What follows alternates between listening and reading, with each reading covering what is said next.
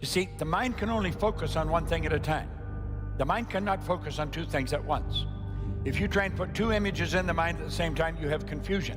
It'd be like putting two images on the screen at the same time. You'd have confusion. There are two types of mindset. There is a fixed mindset and there is a growth mindset. Most people fail in that process because most people live in the fixed mindset. The fixed mindset is, this is who I am, this is what I know, this is what I'm capable of, this is what I'm good at, and this is where I'm going to stay. The growth mindset, it says, this is where I am now. This is what I'm good at now. But I recognize that if I go through a particular process, I can grow myself and become a better person. You need to learn to be uncomfortable.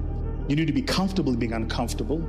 And you need to be in a space where you allow yourself to be challenged, but more importantly, in a space where you are willing to be uncomfortable and grow. So how do you train your mind so that you have more positive, uplifting, and optimistic thoughts and less negative? Whatever the sources of that negative thought is, if you don't kill it and replace it with positive incantations, with positive reinforcement, with reading books that build you, listening to podcasts and watching YouTube shows that are going to inspire you, that are going to move you to the 2.0 version of yourself. If those negative thoughts are not replaced with positive thoughts, then you are destined to failure. Or at least success is going to come at a very high price. Here's the thing about mindset.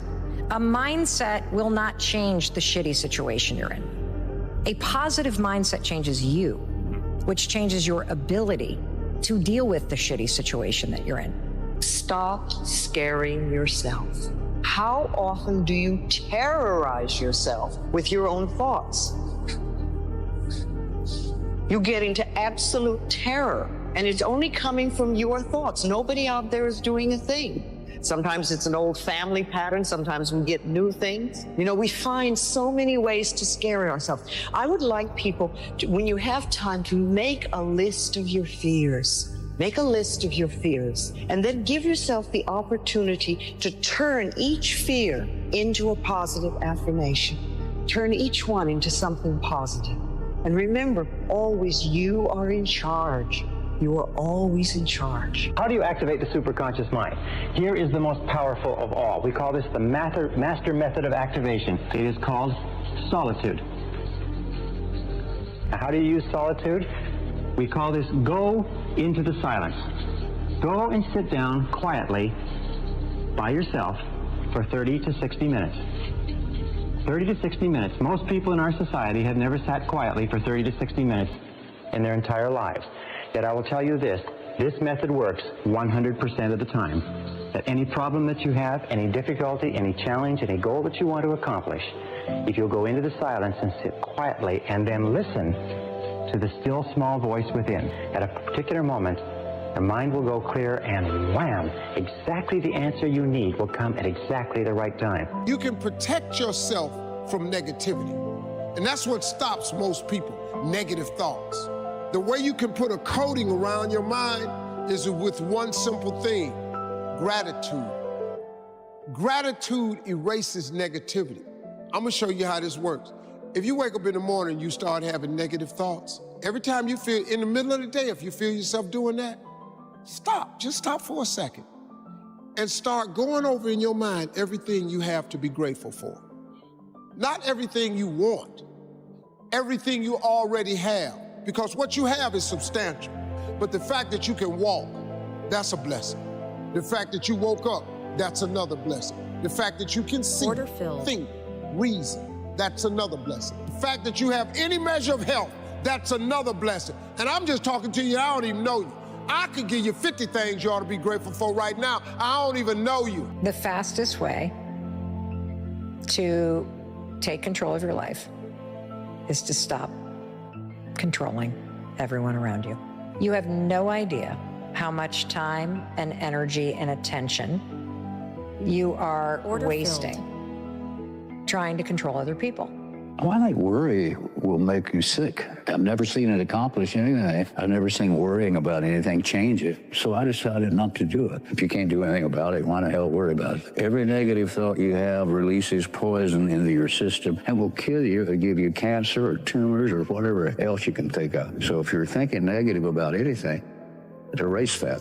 The more trust you have in your superconscious mind, the faster it works for you. And the more calm and confident you absolutely believe that something will show up. And the more you practice with it and the more confidence you have, the faster it works for you. Pretty soon it gets to the point where you can think a thing and realize it very, very quickly. I used to do this when I was first understood this, when long distance charges were very high back in the 80s, is I would visualize a person I needed to talk to on the other side of the country, and they would phone me. And I could do this over and over again. Rather than me phoning them for 30 or 60 minutes, I'd visualize and they'd phone me. I just put it into the superconscious mind, and I say, he or she will call by 11:30. By 11:30, the phone rings.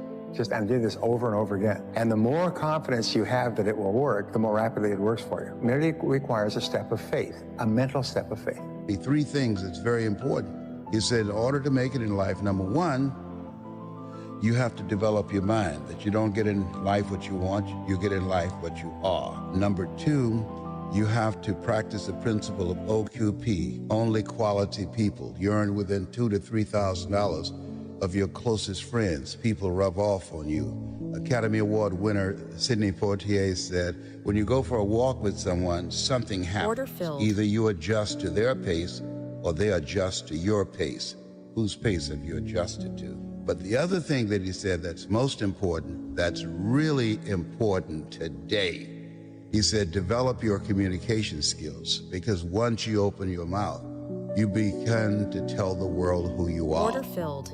If your happiness depends on the actions of others, you're at mercy of things that you can't control. And that's never where I want to be. So I always want to live in, like, me and my therapist talk about, like, my higher goddess, my higher self. Like, I always want to live there, knowing that when I'm there, you can't take that away from me. That's mine. I think it's important to realize wherever focus goes, energy flows. It's corny, but it's true. In fact, maybe an easier way of saying it is, we don't experience life. None of us do. We experience the life we focus on. So in any moment, what's wrong is always available. So it's not about being positive. It's about being intelligent. You got to live intentionally. You've got to exceed expectations, and you've got to be consistent. If you can do those three things, you will lead yourself very well. Working on yourself, talking to yourself. That's so very important. Overcoming the negative conversation, that inner dialogue that's going on all the time, even when you don't want it to be there. You can't stop yourself right now from thinking. You can't do it. It's going on. And so learning how to empower yourself, part of doing that is standing up to yourself. You've got to stand up inside yourself sometimes and say, shut up. I was going to give a presentation, and this voice inside of me saying, you can't do this. You don't have everything it takes. Shut up. I'm behind on my bills and you're telling me what I can't do. I have got to do it. You'll get scared sometimes. Your mind will go blank on you. Some people you will allow to unnerve you. And you wonder, what's wrong with me? I'm not crazy. That's why you've got to learn to make a conscious, deliberate, determined effort to stand up inside yourself. Working on yourself, watching that inner dialogue, it will determine the quality of your life. One thing is certain. No one ever becomes very wise without the aid of self-discipline, and no one ever finds peace of mind and happiness without the strict exercise of self-discipline. You know, we're not taught how to be happy. You know, we're not even taught. Our nervous system is designed to survive. You have to think about it. The brain that you and I have is about 2 million years old, roughly, and it hasn't altered a huge amount in that time. And the number one focus is survival. So our brains are always looking for what could go wrong, what could be messed up, what could cost us, what could we lose. And it used to be to protect us from a saber-toothed tiger, so we'd learn to fight or flight, run from it, or freeze and hope it didn't notice it. Those are the three patterns most people do under stress. They fight, they flight, or they freeze. And the problem is there is no saber-toothed tiger anymore. So today, we get freaked out like life and death, like what do people think about us, or what do they write about us on social media? And don't get me wrong, all those are challenging things, but they get into survival if we don't learn to run our brains. Our brain's gonna make you survive. It's not gonna make you happy. Your job is to create the happiness. In order to do that, you have to wake up and not be on automatic pilot. People change in 4 different seasons. It's when they hurt enough they have to, when they see enough they're inspired to, when they learn enough that they want to, and when they receive enough that they're able to. Those are the 4 times that people change. Short-term thinking says the donut tastes good, eat it. Short-term thinking says one workout doesn't matter, I can skip it. Short-term thinking encourages you to make short-term emotional decisions that hurt you in the long run. Think strategic, think long-term, act strategic. Take action that improves your long-term position and moves you toward your long-term goals. You need to win battles in order to win the war. You need to get out of bed, you need to run, you need to work out, you need to read and study and practice, and you need to do things that you don't necessarily want to do. You need to know your strategic goals, and you need to know why they are important, and then you need to get up, get out of your damn bed, get off your phone, get out of the soft and addictive comfort zone, and you need to go out there into the world and get after it. Beliefs create and beliefs destroy. Please jot it down right in front of you in big letters that stands out for you. Every belief you have either creates or destroys. And the problem is most of us are not conscious of the beliefs that we have. A belief is nothing but a feeling of absolute certainty about what something means. When you're absolutely certain about what something means, you have a belief. You might believe you're really smart. You might feel, I'm not that smart. You might believe you're worthy or not worthy, but all you're really saying is, I feel certain about this. So we have to be so conscious about our beliefs because they literally change our life. Remember I said yesterday, we don't experience life. We experience the life we focus on. The fixed mindset is, this is who I am. This is what I know. This is what I'm capable of. This is what I'm good at. And this is where I'm going to stay. The growth mindset says the following. It says, this is where I am now. This is what I'm good at now. But I recognize that if I go through a particular process, I can grow myself and become a better person. Problems are a sign of life. I remember I met Norman Vincent Peale when he was 92 years old. He wrote the original, he's a minister, he wrote Power of Positive Thinking. And I was 32. He invited me up to Canada. He was doing a seminar. My career was starting to take off. So I got a chance to go meet him. I went backstage with him, and I remember saying to him, I said, he said, call me Norman. I said, Norman, I said, I just curious. I said, why are you still doing seminars at 92? And he goes, well, there's still a few negative people out there. But okay, I got 60 more years of this going forward, right? But then I asked him, I said, when he started out, it was horse and buggy. He's seen rock, radio, television, cars. I mean, imagine what he saw in his lifetime in that century. What do you really want? A lot of people have not been able to define that for themselves because you grew up wanting what other people wanted for you. And you get to be 40 or 50 years old and you're still operating on what other people wanted for you, and you haven't really defined it for yourself. And I know that because I would talk to thousands of women over a period of time, and multiple times I would ask the question, what do you want? And people would say, I want to be happy. And I would ask, well, what does that look like? And for many women, and it started to change as we moved from the 80s to the 90s, they would always say, well, I just want my kids to be happy. Your kids being happy is not you. What do you want? What will it actually take to fulfill this thing that you say you're in pursuit of? And being able to answer that question, first of all, acknowledge that you know or don't know, and then finding out what that's going to look like for you. My favorite lessons I learned was from a monk who said to me one day, I said to him, like, what do you think happiness is? And he said, I don't even talk about happiness. I think we're using the wrong word. He said, I look for peace and contentment. And he said, sometimes in your life, just pause for a moment and ask yourself, how many of the things you have now were the things that you wished for a decade ago? Just pause and do that. And he said, what you will be shocked to discover is the person that you cannot bear to have a conversation with today, that is your spouse, you dreamed one day that they would look your way in a bar. You dreamed and you yearned for the day that they would text you back. You know what I mean? Yeah. That car that you now loathe because it has to be serviced and you have to change the tires on and you have to... There was a time when you looked at it in a catalog and you went, that is my dream car. Keep it right in your head. Keep your thoughts good, not bad. Keep your thoughts decent, not indecent. Keep your thoughts full of faith and not doubt. because it is in your thoughts that is determined whether you will be happy or unhappy, whether you'll be healthy or unhealthy.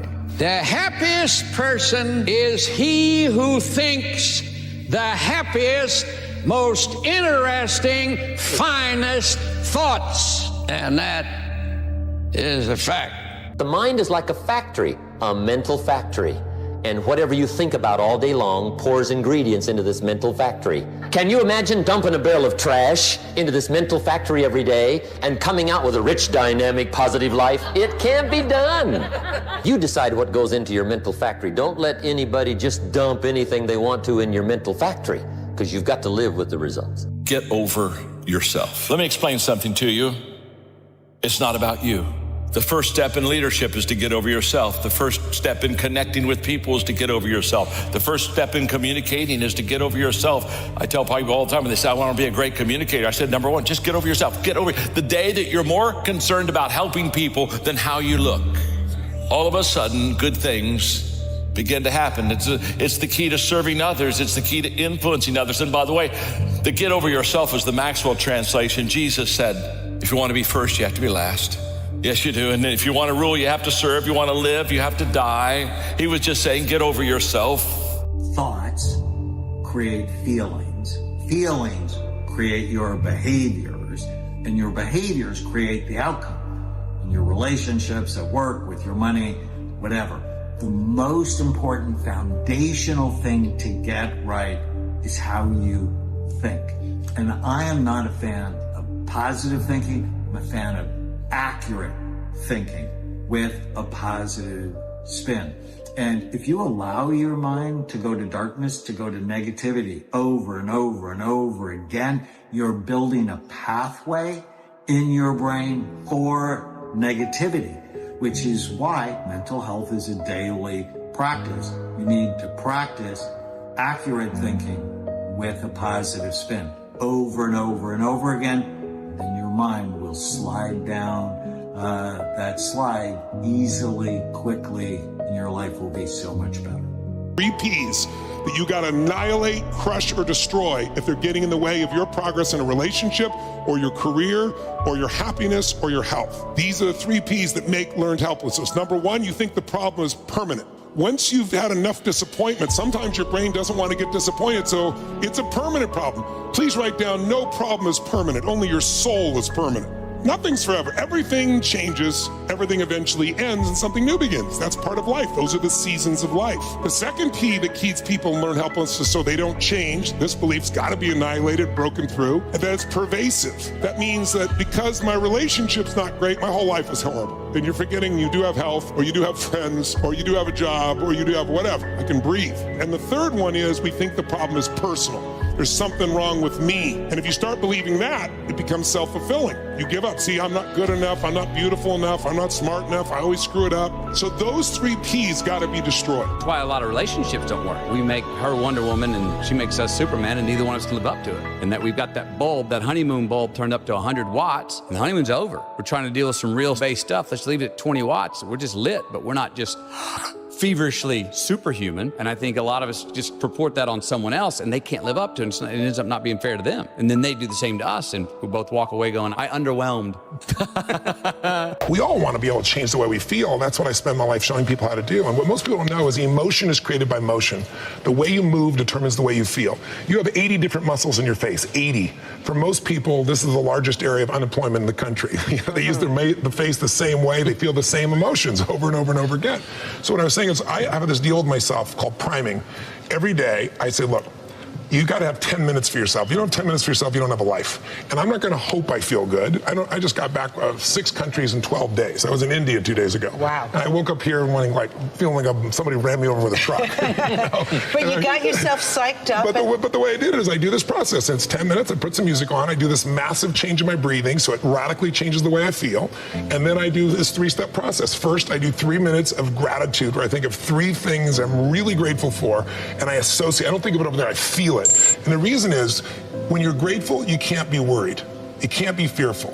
When you're grateful, you can't be angry. And anger and fear are what screw people up most in their relationships, in their life, in their business. So I wire myself. I was saying to you that most people want to be happy, but their habit is to be worried or pissed off or frustrated or stressed. And so they've got a highway to stress and they got a dirt road to happiness. So I wire myself. I've got a highway to gratitude, which changes all your emotions. And then I do a 3-minute process of kind of a prayer for my family and friends. And then I do a 3-minute process of the top 3 things I want to accomplish. I see it as done and I feel it. I'm done in 10 minutes. So sometimes I go 20, but my deal is 10, so there's no excuse not to do it. Something happens no matter who you are, if you're average or if you're good. When you get around greatness and you stay around greatness, you start listening to great podcasts and reading great books, and you start hanging around great people, and you start becoming a part of great masterminds. Guys, you just evolve. And I don't know what happened, but every year I went from a high school dropout and homeless to I started to becoming every single day more of who I am. And I can't believe it. My next goal is to win the Nobel Prize. Why? I had to come up with something. Listen to me, you have to be careful when you hang around average people. All they're going to do is tell you what they can't do, and that's okay that they can't do it, but that has absolutely nothing to do with us. We can go from being homeless and high school dropouts to having PhDs, writing books, and becoming the voice of a generation. We can do whatever we believe we can do, and we don't need anybody's permission to do it but ours. Leadership is not a rank. Leadership is not a position. Leadership is a decision. Leadership is a choice. It has nothing to do with your position in the organization. If you decide to look after the person to the left of you and look after the person to the right of you, you have become a leader. When you really sit back at your life and you are in that dark room and you're looking at where you started from and you tell yourself, God, dog, man, my mom is this way, my soon-to-be stepdad got murdered, my dad beat the shit out of me, I can't read and write to save my soul, I've lied about it to everybody, I've cheated on all these tests. My God, man. And then you put a goal in your mind. How are you gonna feel, man, when you accomplish this goal coming from that shit? Coming from the hell you came from. A lot of people start from a good starting point. They have a good foundation. What if you can surpass all of these? What if everybody who was way up here started up here, and you started with no legs. You had to grow legs to even start walking, and then crawling, and then running, and then you start passing people with all this given to them. I had to use all this negative shit that was making me weak and horrible as a person. I had to use this as the power that now fueled me. I had to flip it on its head and say, hold up, this might be exactly what I need. The darkness is exactly what I need. It's how you look at your situation. And I was looking at it all f***ed up. Don't rely on social media. Put it down, turn it off, shut up, be quiet, learn, read, relax, get better. First part of your life you learn, second part of your life you earn, third part of your life you return. Can you be my therapist? I already am. I don't know what that dream is that you have. I don't care how far-fetched it might appear to be. I don't care how disappointing it might have been as you've been working toward that dream. But here's what I know, that dream that you're holding in your mind, that it's possible. When it was hard, I used to wish it was easy. I didn't know. And then Mr. Schoaf gave me a part of his very unique philosophy when he said, don't wish it was easier, wish you were better. The training never what? It never ends. It never stops. I've trained everybody. The training never stops. You don't build a muscle and work out one time and then expect 5 years from now you're going to have muscle. The only thing you can count on in an organization is entropy. Meaning all things in the world, they break down. The only way you stop entropy is by constantly rebuilding. You rebuild by constant training. That's why you got to prime yourself each day. Just 10 minutes. Prime yourself psychologically, mentally, emotionally, so you are ready for prime time, called your life. I didn't give up. That's what I'm saying to everybody. We all go through pain. Some of us go through pain and it becomes our tombstone. Some of us go through pain and it's a scar. And we live a life of reward. So I'm just gonna say, again, 2025, do me a favor, check you. So you're in the ballot box and you're looking at all these options, doctor, lawyer, teacher, whatever you see, president, mayor, governor, do me a favor. Before you check off any of that, check you. And there's two very simple parts to the let them theory. Part one, you're going to use whenever you feel yourself starting to get frustrated or stressed out or annoyed or worried about what somebody else is doing, feeling, or saying. Just say, let them. Let them say what they're going to say. Let them think what they're going to think. I'm going to stop trying to control them and just let them. And the second step is when you say, let me. And when you say, let me, you remind yourself that in life, there's only 3 things you can control. It's what you think, it's what you do or don't do, and it's how you process the feelings that are rising up. And when you say, let me, this is where you get your power back. Let me remind myself that my power is not in what other people are doing. My power is always in my response. And when you focus on your response, and particularly you focus on showing up in a way that makes you proud of yourself, you're now in control of your life. Why would you not go for it? Why would you not take a chance? At one point in time, you got to take a chance on you. What controls the quality of your life? What controls the quality of your life? Is it money? Can you have a lot of money and still have a horrible life? Yes or no? Yes or no? Is it relationships? Can you have someone who totally loves you and still be miserable? Yes or no? So there's only 2 things that control the quality of your life. Please jot them down. For the rest of your life, you want to remember. The quality of my life is controlled by 2 things, meaning and emotion. Meaning and emotion. The meaning you give to things controls the emotion that you feel. People come up with different meanings, and that produces different emotions, and those emotions make you make different decisions. When you're angry, you're going to decide differently than when you're playful or grateful or excited. So the secret to life is controlling meaning and emotion. Here's the deal. You, from now on, if it's something personal, call it a goal. For real, let's get the terminology right. If you want a car, we're gonna name that's a goal.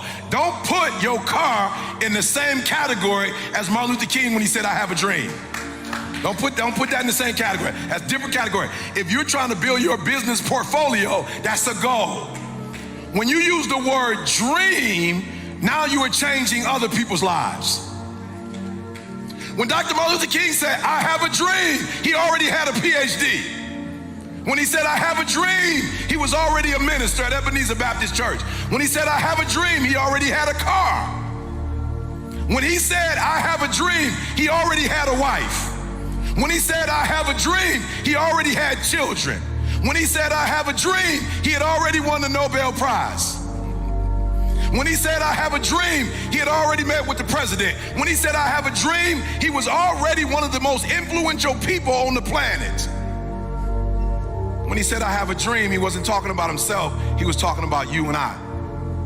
And so I want you to redefine, when you say money, you say goal.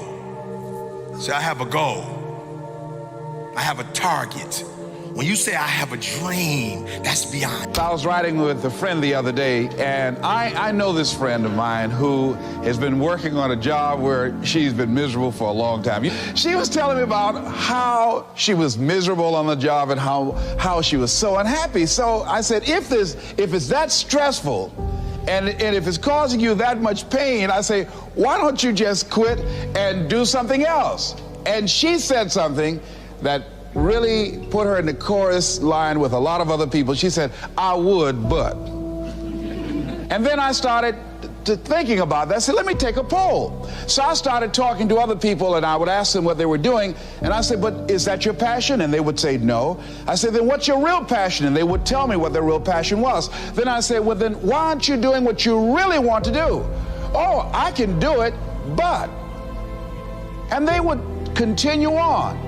So this word, but just kept on coming up. And then it also has some friends like woulda and coulda and shoulda. And one day, I'm gonna have my own business. Those people who talk about one day I'm gonna. Some of y'all know some of those one day I'm gonna people. Raise your hand. Some of you get up in the morning and look in the mirror at that person. I just tease it, all right? So how is it that many times we block ourselves and we use these words almost like we're in a trance, like we're sleepwalking through life, that we find ways to cancel out our dreams? And I think that but is a dream killer. That a lot of things that we want to do, a lot of places we would like to go, a lot of things we would like to experience, and we just stop at but, and we build a case. In fact, I was reading something the other day that talked about but. It says but is an argument for our limitations, and when we argue for our limitations, we get to keep them. Broke people try to save money. Wealthy people stimulate the economy. I'm just being real. Broke people try to save money. I don't know what you think it's gonna do in your pocket. Pressed down, shaking together, not hiding, not holding close. For real, y'all be quick to do the scripture, but then you don't want to do what it said. It said, pressed down, shaking together, bro. The same measure that you give, it shall be, and you don't want to get nobody a tip. My wife like, how you give him 20%? He ain't do nothing. I said, I ain't tipping because of what he did. I'm tipping because of what I want. I'm not tipping because of the service my man gave me. I'm tipping because of the return I want. Matter of fact, if he was whack, give him 25% so we can get more. God like, oh, you just hooked him up. He didn't deserve a tip, but I saw y'all, you got a good heart, son. You have the power to do more than you can ever begin to imagine. Don't underestimate yourself. You don't know enough about yourself to become a cynic. And so you've got to challenge yourself to access that power that you have within you. You're more than a conqueror. See, you can do anything. You can get up any hour, read any book, take any class, make any change, develop any skill, do any discipline. I mean, you can do it all. When this how and the why, or when the why starts to grow, the how gets simple. People think they want to get rich by doing this big hit. Look at all the actors, all the athletes, all the movie stars that you've seen that made more money than God and now they're bankrupt because they made money and income working, but they never figured out how to make money work for them while they slept. They never made money their slave. So if you look at like 50 Cent, he made $100 million on vitamin water. Someone gave him a tip and he went bankrupt. Or right now, I don't know if it's really gonna happen, but the newspapers are speculating now, Johnny Depp is going through this divorce.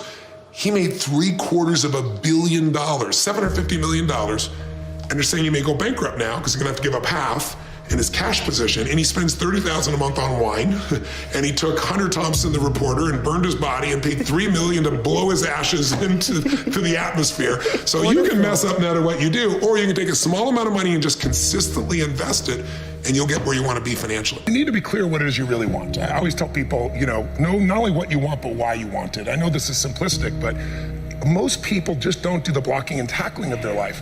The one we were talking to earlier, a great lady, and you could just see she wants to have a new business, but she never sat down to even put a plan together and says, why aren't I taking action? Well, when you're not sure what you're gonna do, you're gonna hesitate. And hesitation kills momentum. And momentum is what makes a sports team win. It's what makes an athlete, a business person win. When you get momentum, it's like it takes enormous energy to get a rocket out of our gravitational pull of the earth. But out of the solar system's easy. Once it has momentum, it takes less fuel, less energy. Starting a relationship, starting a business, changing your body, it takes so much in the beginning. But once you get going, it's actually really easy. We live in a world now that's so kind. We find the kind way around everything. Like, if you don't look good, I have to find a kind way of saying, I don't like your shirt. Right. That's not the approach. If that's the approach you're looking for, that book is not for you. Can't Hurt Me is not for you. The approach you have to take, at least I took, you take whatever approach you want. The conversation had to be a real, honest conversation in the accountability mirror of, guess what? I was fat. Don't find a kind word to say that, you know what? I've gained some weight. No, you're fat. When I couldn't read, not like, hey, you have a learning disability. No, I cannot read. I have a 4th grade reading level, I'm struggling, and sometimes I call myself stupid. Not in a way to put myself down. So don't take it like, my God, those are so hurtful. Yeah, they're hurtful, dishonest.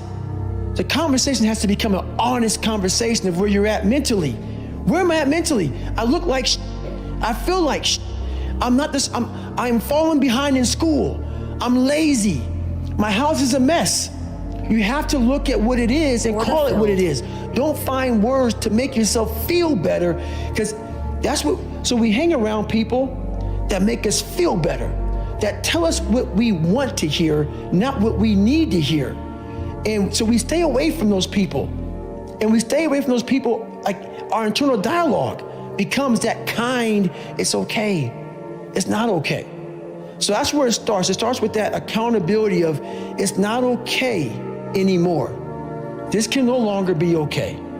And calling yourself out for exactly what you are and exactly how you need to fix it. Things I have realized, and many of us have, that if you want something out of life, if you want to change yourself, if you want to acquire something, if there's some goal that you want to reach, that is really not easy as some people will make us feel. That living your dream, changing your behaviors, overcoming negative habits, it's challenging. It's hard.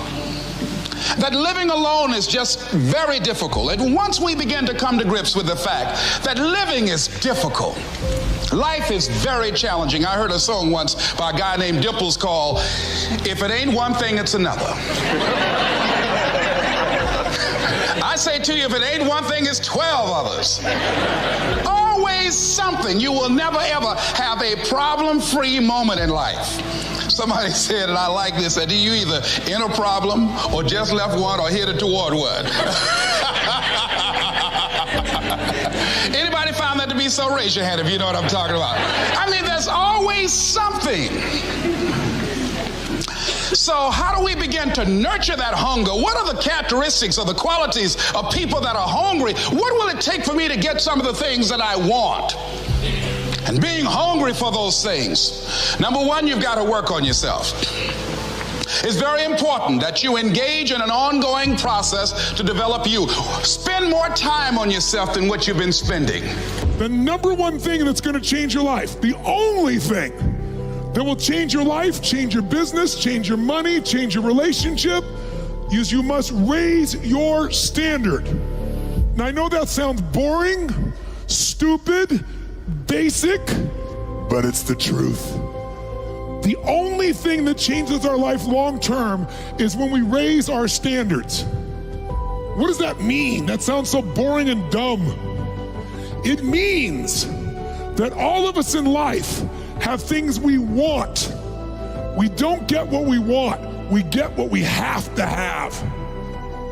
Remember I said earlier, we all get what we tolerate in ourselves and other people. But when you're no longer willing to tolerate something, that's when your life changes. The difference in people is their standards, period. The difference in people is their standards, period. And what do I mean by standards? Everyone in the world has a list of things they think they should do. I should lose weight. I should work out. I should spend more time with my kids. I should work harder. I should make more calls. I should. And then you know what? People don't do their shoulds and they get mad at themselves and they what I call should all over. What's it called? Outstanding, magnificent, unstoppable, extraordinary, not excellent. It's a different level. It's a level where you are not one of the best, you are the best. And you know what's amazing? You only have to be 2 millimeters more than everybody else and you get everything. You get the joy, the laughter, the fun, the family, the passion, the economics, the freedom, the spirit. It's all there. What Jerry Maguire called the Quan, baby. All of it. And it's just 2 millimeters above, and most excellent people give up because they're exhausted. And there's some people who go, the harder I hit it, the more I hit it, sooner or later it's going down, I'm not stopping. And when you do that enough, it pops open. How many of you ever decided not to do something based upon an assumption? Raise your hands, please. And so that's why it's important for us to be strategic and experiential and being able to tell the story to distract them from their current story, distract, dispute, break down the limited belief system, and inspire them to say yes to a new opportunity in their lives. And so as a result, I didn't do what I'm doing now because I had such a tremendous inferiority complex because of my lack of college education. I stopped myself. There's an African proverb that says there's no enemy within, the enemy outside can do us no harm. And so as you look at yourself, as you look at your goals, and look at your dreams, it's very important that you take time every day and write this down. to retrain your thinking. You got to retrain your thinking. Because how we live our lives is a result of the story that we bought into. You know what's so funny? Before the beginning even begins. And what that means is I know that to get to the very end, I can see it right now. So before I went to Buds, and I was losing all this weight and shit, I saw myself walking across the stage at 191 pounds, 'cause that's what I had to get to get into the door. I saw myself 6 months, a year later, wherever it's gonna take me to do it, I saw myself walking across that stage, getting that certificate of graduation from Buds. And I was able to be there at 300 pounds. And that feeling that I was nowhere near that feeling, I was able to put myself there 1,000,000 times every day. And that feeling of like, my God, that is gonna feel amazing. That's what made me suffer. That's what allowed the pain to be real and say, this is worth it. I want to feel for this next 18 months. It took me 18 months to finally become a Navy SEAL, to finally, just get through Buds. 18 months, it's 6 months. It took me 18. That's what woke me up every morning was, I'm gonna put myself through this much pain and suffering for a few seconds. That's all it is. A few seconds of joy.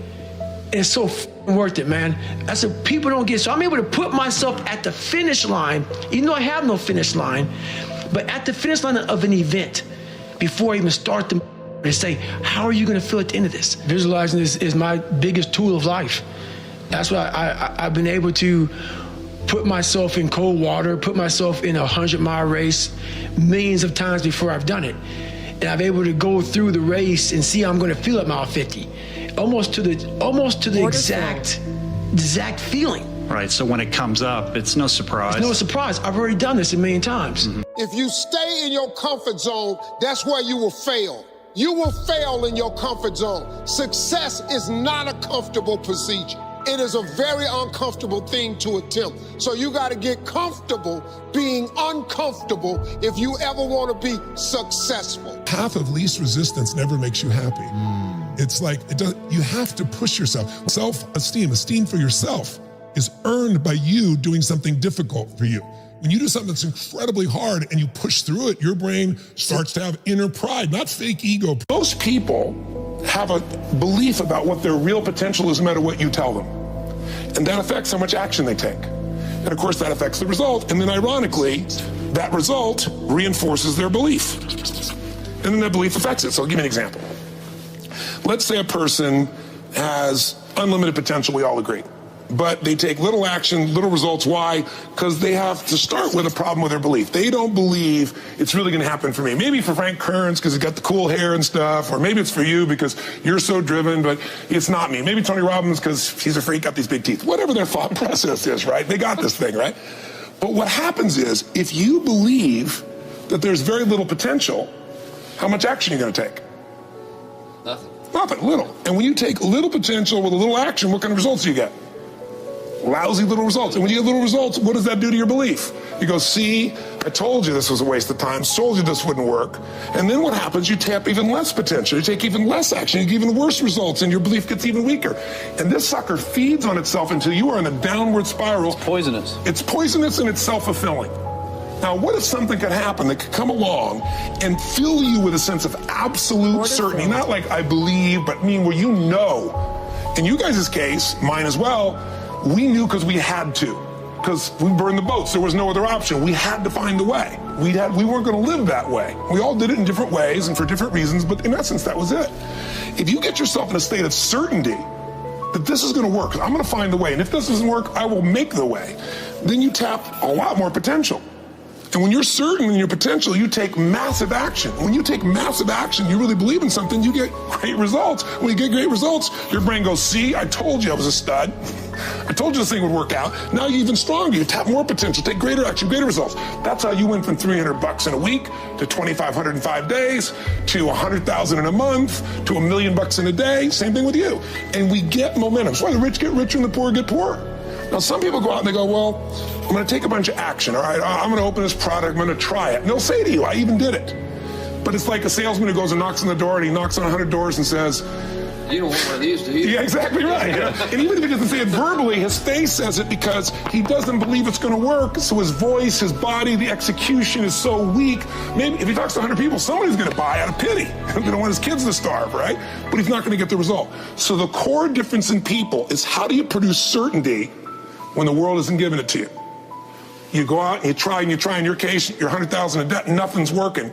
How do you keep yourself going? The way you did it, the way I did it, the way you're doing it, we may not have done it consciously, is we didn't change our potential, that was there. And it wasn't even taking more action. Taking more action with a belief it's not gonna work, it's not gonna change anything. We got results in our head that made us feel certain as if it had already happened. So you have to say, here's where I am, here's where I want to be, and you have to be honest. It's not where I want to be, it's uncomfortable. But then the second part is you got to uncover, face the truth, what has gotten in the way in the past. And there's only 5 things usually. Fear of failure, fear of success, fear of unknown, fear of not looking good, fear of all those things. Or 2, a limiting belief, like I've tried everything. Once you believe that, you don't even try anything anymore. Someone trying to lose weight, that's the common one they'll say, because they've tried a bunch of things that didn't work. Or all the good ones are gone, Right. All right. Or they're gay and I'm not, or I'm gay and they're not, or whatever the story is. There's a story, a belief system that limits them, and so it keeps them from maximizing their ability. Third thing that could have gotten in the way, some other emotion, overwhelm, stress, anger, resentment. Those things just shut down your progress. What do you think is the greatest human skill? Not habit, but mindset and skill. That's a great question. I don't know if I got what the greatest, there's so many. It depends on what you want out of your life, right? Yeah. But I think the ability to manage your own mind and emotions is probably one of the single most important. And maybe the second is the ability to influence others, because that's what makes you a leader. You have to sacrifice your lower self to your higher self in order for you to proceed in a healthy manner, to be resilient, but also for you to participate in the covenant that would make for a united society. Somebody said, and I like this, that you either in a problem or just left one or headed toward one.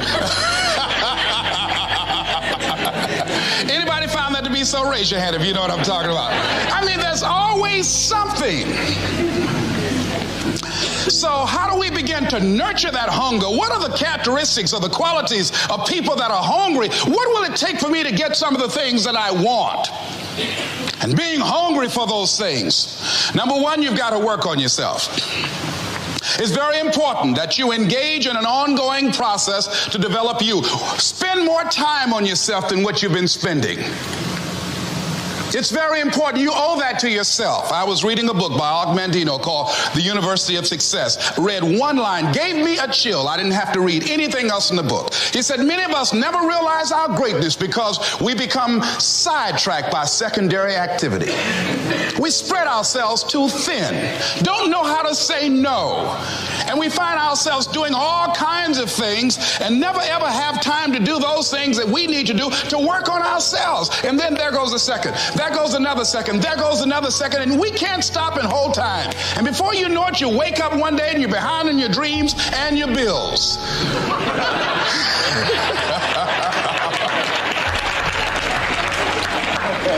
So decide that you're going to take some time to work on you, that you deserve that from yourself, that your life deserves some prime time, because you are creating your own production. As Michael Todd would say, you are the star of your show. You are the director. You're writing the script. And you will determine whether your life is a smash office hit or flop. You determine that. Working on yourself, talking to yourself. That's so very important. Overcoming the negative conversation, that inner dialogue that's going on all the time, even when you don't want it to be there. You can't stop yourself right now from thinking. You can't do it. It's going on. And so learning how to empower yourself, part of doing that is standing up to yourself. You got to stand up inside yourself sometimes and say, shut up. You've got to do this. I was going to give a presentation, and this voice inside of me saying, you can't do this. You don't have everything it takes. I shut up. I'm behind on my bills, and you're telling me what I can't do. I have got to do it. You get scared sometimes. Your mind will go blank on you. Some people you will allow to unnerve you. And you wonder, what's wrong with me? I'm not crazy.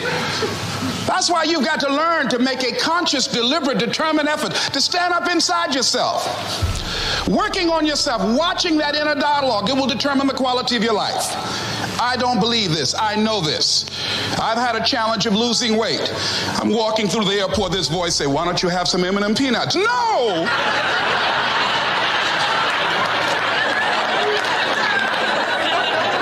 Well, just one. Then after you eat that, you might as well have a Snicker now, you sucker. I mean, it's challenging.